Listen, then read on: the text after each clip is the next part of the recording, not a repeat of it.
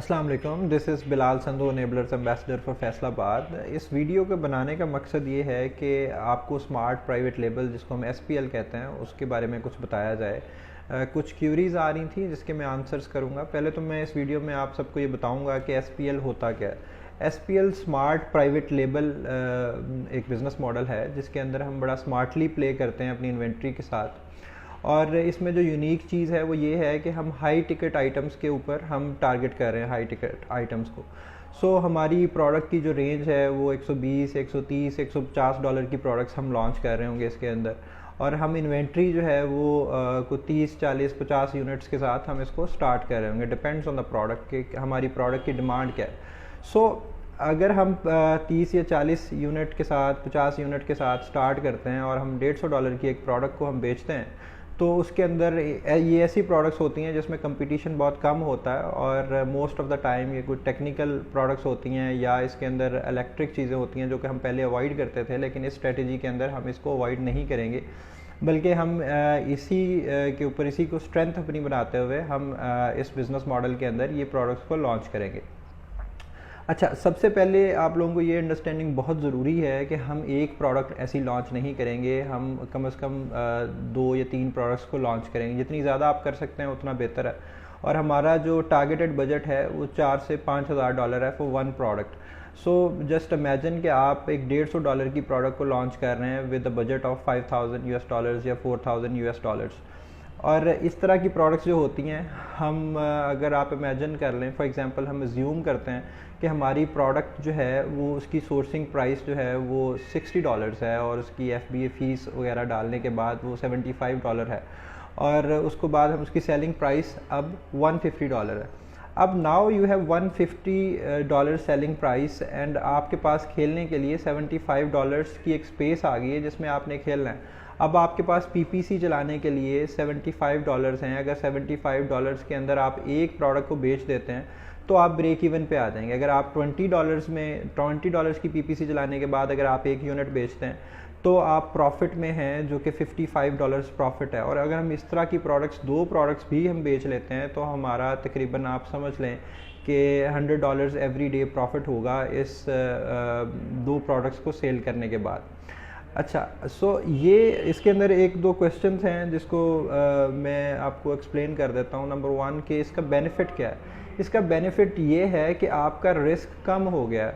अगर आप $10 की एक प्रोडक्ट बेचते हैं, वहाँ पे आपको 20% भी मार्जिन है, तो एक्चुअली $2 हैं आपके पास खेलने के लिए for the PPC, for the advertisement cost, जहाँ पे आपने $2 के अंदर एक पीस बेचना है और आपको प्रॉफिट होगा। वहाँ पे हम सेल्स वॉल्यूम के साथ खेलते हैं, जितनी ज़्यादा हमारे पास सेल्स होंगी उतना ज़्यादा हम प्रॉफिट बना सकते हैं। लेकिन यहाँ पे हम सेल्स वॉल्यूम के साथ नहीं खेलते, बल्कि हम यहाँ पे जो है वो प्रॉफिट मार्जिन के ऊपर खेलते हैं कि हम 2 प्रोडक्ट्स भी बेच लेंगे तो हम $100 या $80 प्रॉफिट में आ जाएंगे। यहाँ पे थोड़ा सा डिफरेंट सिनेरियो है। यहाँ पे हम सेल्स वेलोसिटी को टारगेट नहीं करते, हम रैंकिंग बजट को टारगेट नहीं करते, क्योंकि हम तो रैंकिंग के ऊपर स्पेंड ही नहीं कर रहे। हम तो ऑटो पीपीसी के ऊपर या एक्सटर्नल ट्रैफिक के साथ बेचेंगे। हम बहुत ज़्यादा जो है वो इसके अंदर वो एक्सपेंसेस नहीं करेंगे फॉर द लॉन्चिंग।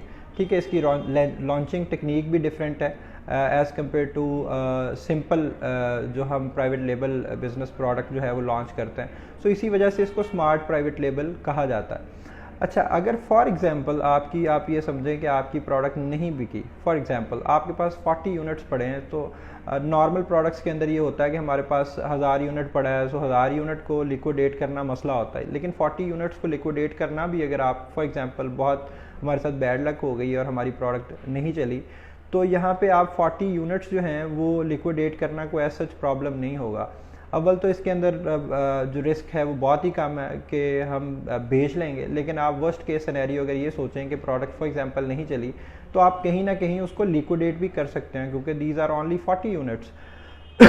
अच्छा, एक और सवाल जो है वो यहाँ पे आता है कि जी आप, जो कि बहुत ज़्यादा स्टूडेंट्स पूछते हैं कि जी जब हम 50 यूनिट की इन्वेंट्री बाय करेंगे तो सप्लायर हमें कस्टमाइज्ड पैकेजिंग या लोगो जो है वो लगा के नहीं देगा, या किस तरह लगा के देगा। आप इमेजिन करें, पहले आप अगर $5 जिसकी एक सोर्सिंग प्राइस है प्रोडक्ट को, वो बाय करते हैं और 500 यूनिट बाय करते हैं, उसकी जो ऑर्डर की प्राइस बनती है वो तकरीबन $2500 बनती है। और यहाँ पे अगर आप $50 की एक प्रोडक्ट को ऑर्डर करते हैं और 50 यूनिट ही आप ऑर्डर करते हैं तो ये भी $2500 बनता है। So more important for the supplier here is कि आप कितने पैसों की इन्वेंट्री जो है वो ऑर्डर कर रहे हैं, not on the unit count, number 1। Number 2, इस पॉइंट में आप ये देखें कि हम रिकमेंड करते हैं आपको 2 से 3 प्रोडक्ट्स को आप लॉन्च करें कम से कम, इससे ज़्यादा भी आप जा सकते हैं। तो जब सप्लायर को 2 या 3 प्रोडक्ट्स के ऊपर आपकी ब्रांडिंग करनी होगी, so it will be easy for the supplier, और आपको कस्टमाइज पैकेजिंग वो करा के देगा। सो इसमें वरी करने की ऐसा ज़रूरत नहीं है। और इन एडिशन आपको ये ज़रूर समझना चाहिए कि हम जब भी SPL की प्रोडक्ट्स लॉन्च करते हैं, it should be small in size and in weight, ताकि उसको हम बाय एयर शिप कर सकें, क्योंकि हमने 30 या 40 यूनिट्स वहाँ पे रखने हैं। तो अगर हमारे स्टॉक आउट ऑफ स्टॉक होने जा रहे हैं तो हम फ़ौरन से अपनी इन्वेंट्री बाय कर लें। और हम वहाँ पे इन FBA हम ज़्यादातर स्टॉक रखना नहीं चाह रहे, हम ऑर्डर कर लेंगे और बाय एयर ले लेंगे। जब आपकी प्रोडक्ट की डायमेंशंस थोड़ी होंगी और उसका वेट जो है वो कम होगा, तब आप इजीली प्रोडक्ट को एयर शिप कर सकते हैं, और हम ऐसी ही प्रोडक्ट्स करेंगे जिसको हम एयर शिप कर सकें। आई होप आपको इस वीडियो से काफ़ी फ़ायदा हुआ होगा, और आपकी कुछ क्यूरीज क्लियर हो गई होंगी कि स्मार्ट प्राइवेट लेबल बिज़नेस जो है उसको किस तरह से बिल्ड किया जा सकता है और उसको किस तरह से स्मार्टली प्ले किया जा सकता है। Thank you so much for watching this video. Thank you.